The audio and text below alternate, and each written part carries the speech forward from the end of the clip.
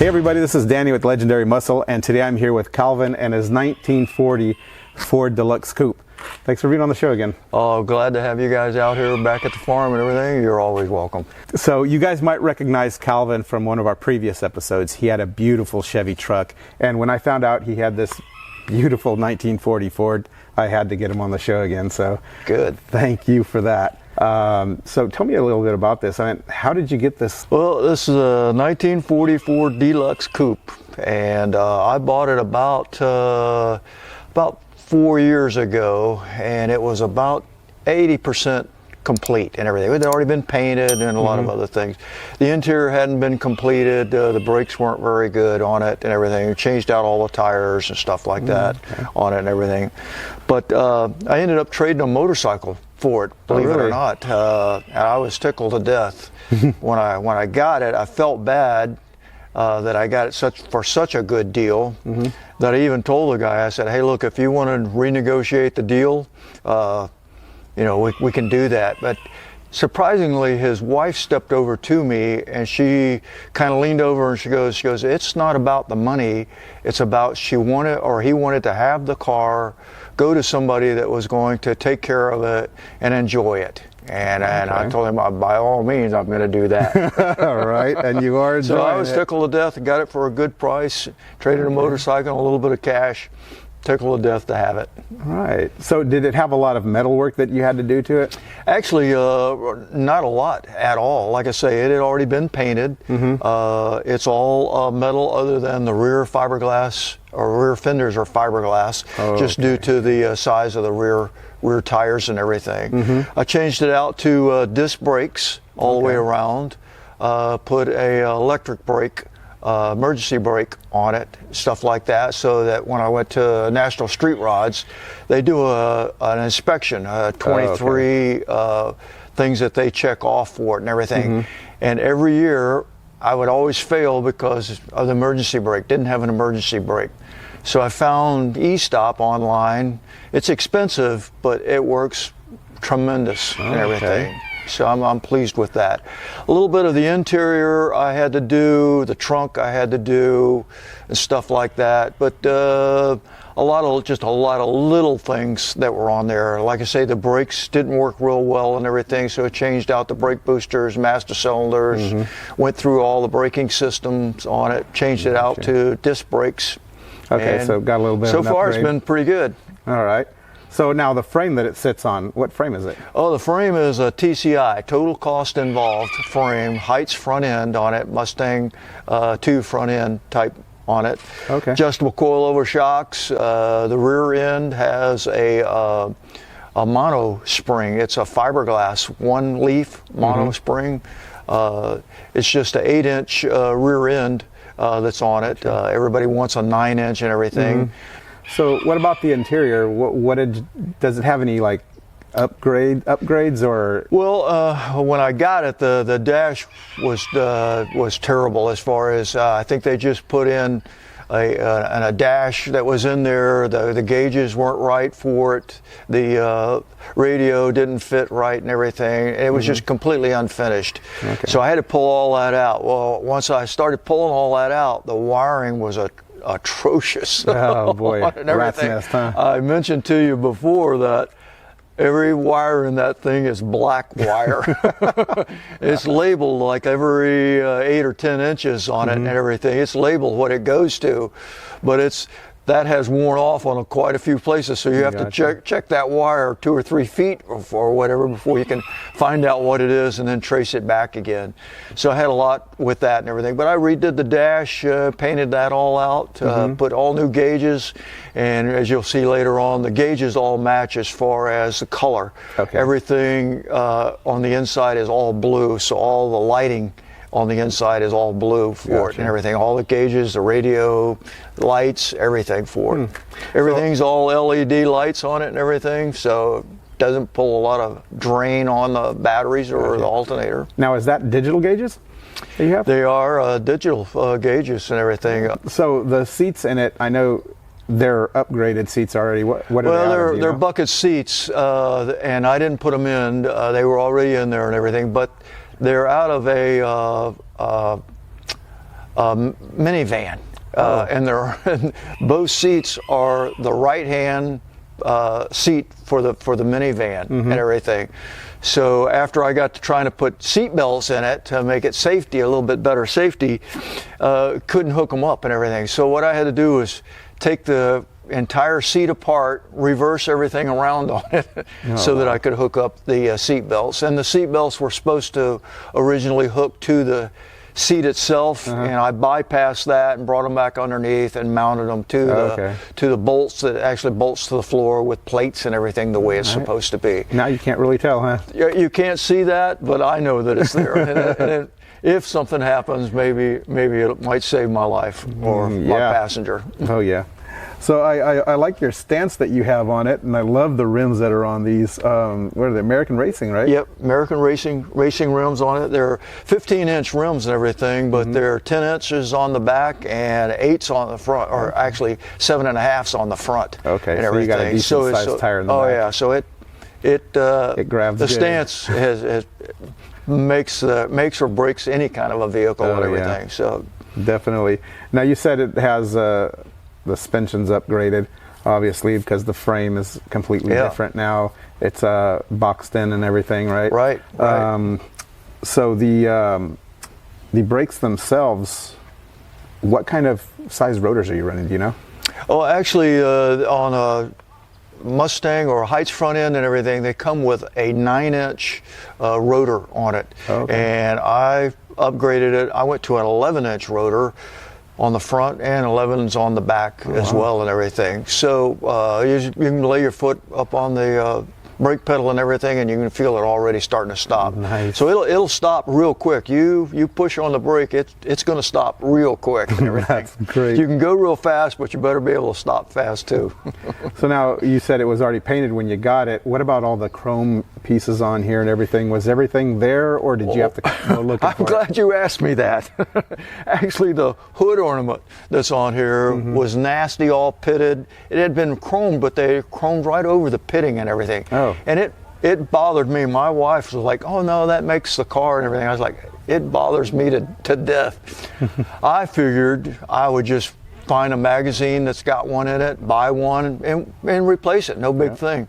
I searched for years for that thing and couldn't find it. Every magazine that would show one in there, you call about it and everything, it was gone. And they would start laughing at you. And they said, "Oh, we haven't had a 1940 Ford hood ornament in 10 years and everything." I'm like, great. And I just, through checking with other friends and through a friend type thing, I finally found one. And when I went to actually look at it, happened to be at the Turkey Rod Run. The guy brought it there with him. When he kept telling me he didn't want to sell it. "I don't want to sell it. I don't want to sell it." Well, when he brought it out, it's the original stock hood ornament. Oh, okay. Still in the box. Oh, wow. And everything. And New old stock. on most of the magazines and everything, they're running 250, 275, something like that. And that's an aftermarket made. The original ones, no telling what they originally sold for, but an original one, if you find one in a magazine and it's got pitted that needs to be re-chromed, they start at about $600 or $700 and take off from there and everything. Wow. So I was able to pick this one up for like $350 and everything, and then I got it, brought it home, put it on, and I was tickled to death to get that. As far as I searched for years and years, and I thought, oh yeah, I'll be able to find a. That was a needle in a haystack, actually. Oh, I couldn't believe how hard it was to find that. Wow. And some of the ones I would find, now cruising through back to the 50s in Minnesota and stuff like that, big car shows and stuff like that, I figured for sure somebody would have one. Anybody that had one and it was all pitted up and everything, talked to companies that would want to, oh yeah, take it off, send it to me and I'll re-chrome it for you and it'll look brand new. I thought about that, but I thought, well, then I won't be able to use the hood or be able to use the car because I can't latch the hood. And almost everybody I talked to that does re-chroming, they were talking at least 7 to 8 months to have it. And I was like, Oh, whoa, wow. I don't want to do without the car for that long. That's too long. So, I love everything about this car, man. I love your two-tone, how you have that. Now, that did come two-tone when you got it. Was two-toned when you got it, right? Yep. All right. So, you got big brakes, meaning good stopping power. You think we can have a look at that engine to see what's up there? By all means. All right. Let's see it.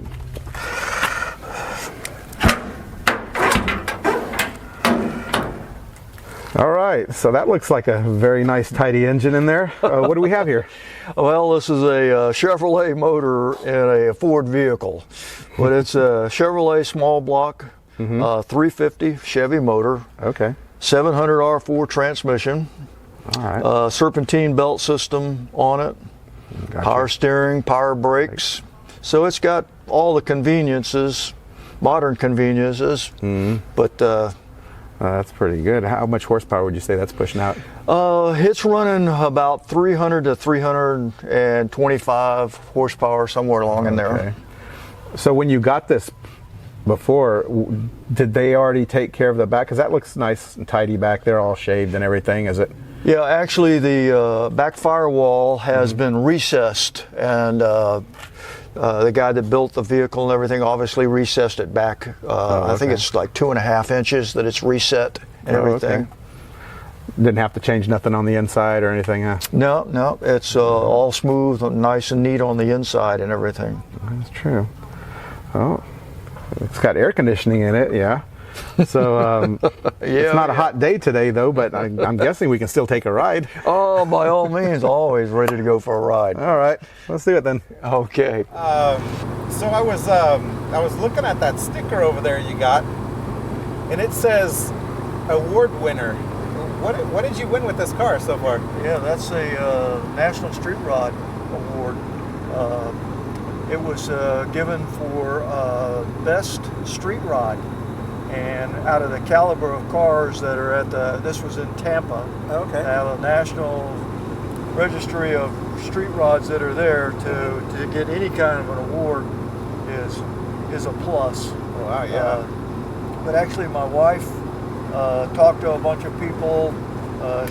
She likes talking to people, so she was telling them everything about this car all the time. And I think that made a big difference. Because I had my truck there with me too, and I figured for sure the truck would win something. The truck didn't win anything at all. So, speaking of the truck, out of this car and the truck, what one is your favorite? Oh, definitely the truck. Yeah, definitely the truck. I'm definitely a truck guy. What about your wife? What one does she like the best? If it came down to it with the Corvette and everything else that we've got, everything else is going to leave except for that truck. Oh, okay. So you guys are on the same boat with all this, huh? Oh yeah. That's cool. That's very cool. So when you found this, I know you told me a story. Were you just like driving and you saw it on the side of the road with the for sale sign on it? No. Did you already have in mind that you wanted a 40? No. Well, actually, that's interesting. But the thing is, my wife and I were riding home from dinner one night. We were talking about our hot rod and cars, and we were talking about wanting to buy a muscle car. I told her, I said, oh, to me, let's look at a GTO, 67 GTO. Okay, that's nice. So she pulls up stuff on Facebook with her phone or whatever, and she goes, oh, there's all kinds of stuff on here. I said, well, see if there's a 40 Ford in there. And she asked me, why a 40 Ford? And I said, well, my dad had a 40 Ford. And I remember him used to always telling us, well, I had to sell my 40 Ford because all you kids came along. I had to get rid of my car and all this kind of stuff. And boom, this car popped up, and it had just went on, I think it was Facebook. It had just went on Facebook like an hour before that. Oh, okay. And everything. So when she's reading off all the stuff that it's got on the car and everything, and as she's reading it off to me, aftermarket frame and wheels and paint and everything, I'm thinking, oh, there's no price already on it, so I know I can't afford it. There's no use looking at it. But anyway, she texts the guy and get a price. He sends us back a price, and the price is out of my range and everything. And in closing with him, just trying to be nice, I said, well, hey, just tell him if he ever wants to trade for a motorcycle or Harley motorcycle, I'd be interested. And he texted us right back and said, actually, that's what we're going to get rid of the 40 Ford for, is we want to buy a Harley motorcycle. That is And I crazy. thought, you can't, this is unreal. I can't believe it. The very next, that was a Friday night. Saturday morning, he met us at our house. I threw a number out there at him, cash plus the motorcycle, and he took it. And I was shocked. I wasn't expecting him to take it. I thought, oh no, I can't do that. Because I figured I got to start at the bottom and we're going to meet somewhere in the middle or whatever. Right. And it just didn't work that way. Well, I felt bad about it. I felt real bad that I basically stole the car. And actually, and I told him, I said, hey, look, if you want to renegotiate, we can start over or whatever. And he goes, no, and he walked away from me. Well, his wife steps up to me, and she goes, it's not about the money.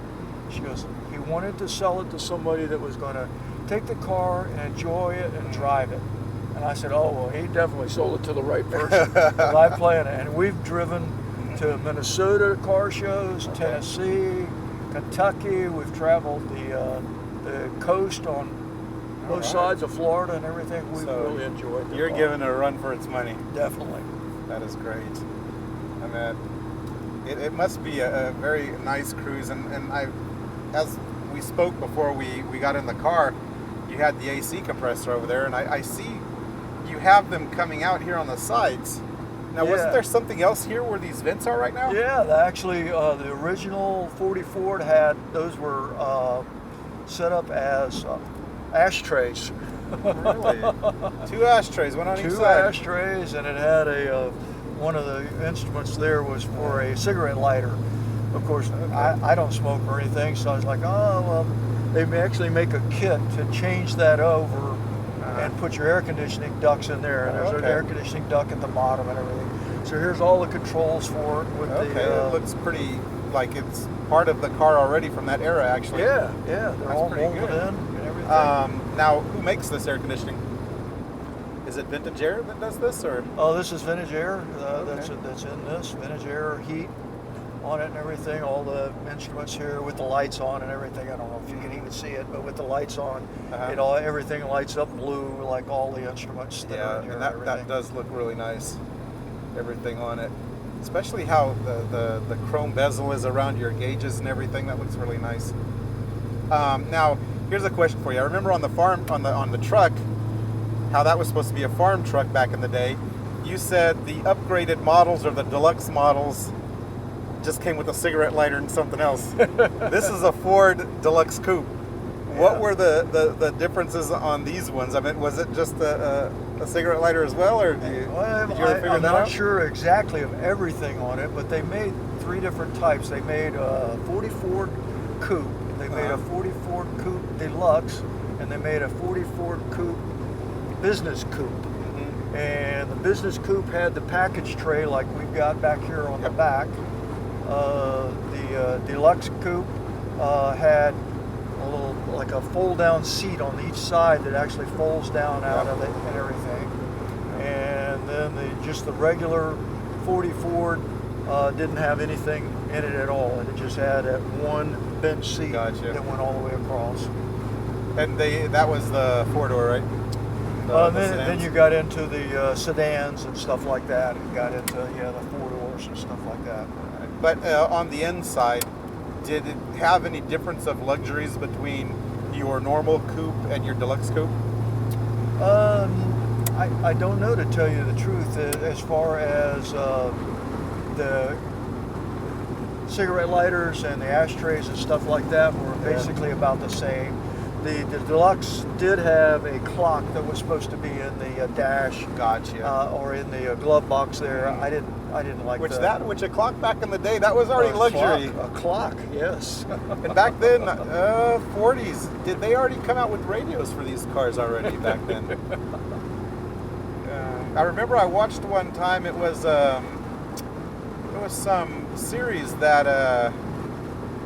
I don't know if it was the Untouchables or something like that, old black and white series that used to be on TV. And the guy, it was funny, it was in the 1920s, he said, if they ever came out with a radio for cars, that would be the best invention. And obviously this is already filmed in the 40s and 50s. There's already like radios in cars, but it's funny. People waving at you. You get that a lot when Oh yeah, people wave at you? riding down the road, especially with the horn and everything. Oh, that's awesome. The horn and stuff like that. Oh man. When my wife drives it and everything, I keep thinking, oh, she's going to burn the battery up.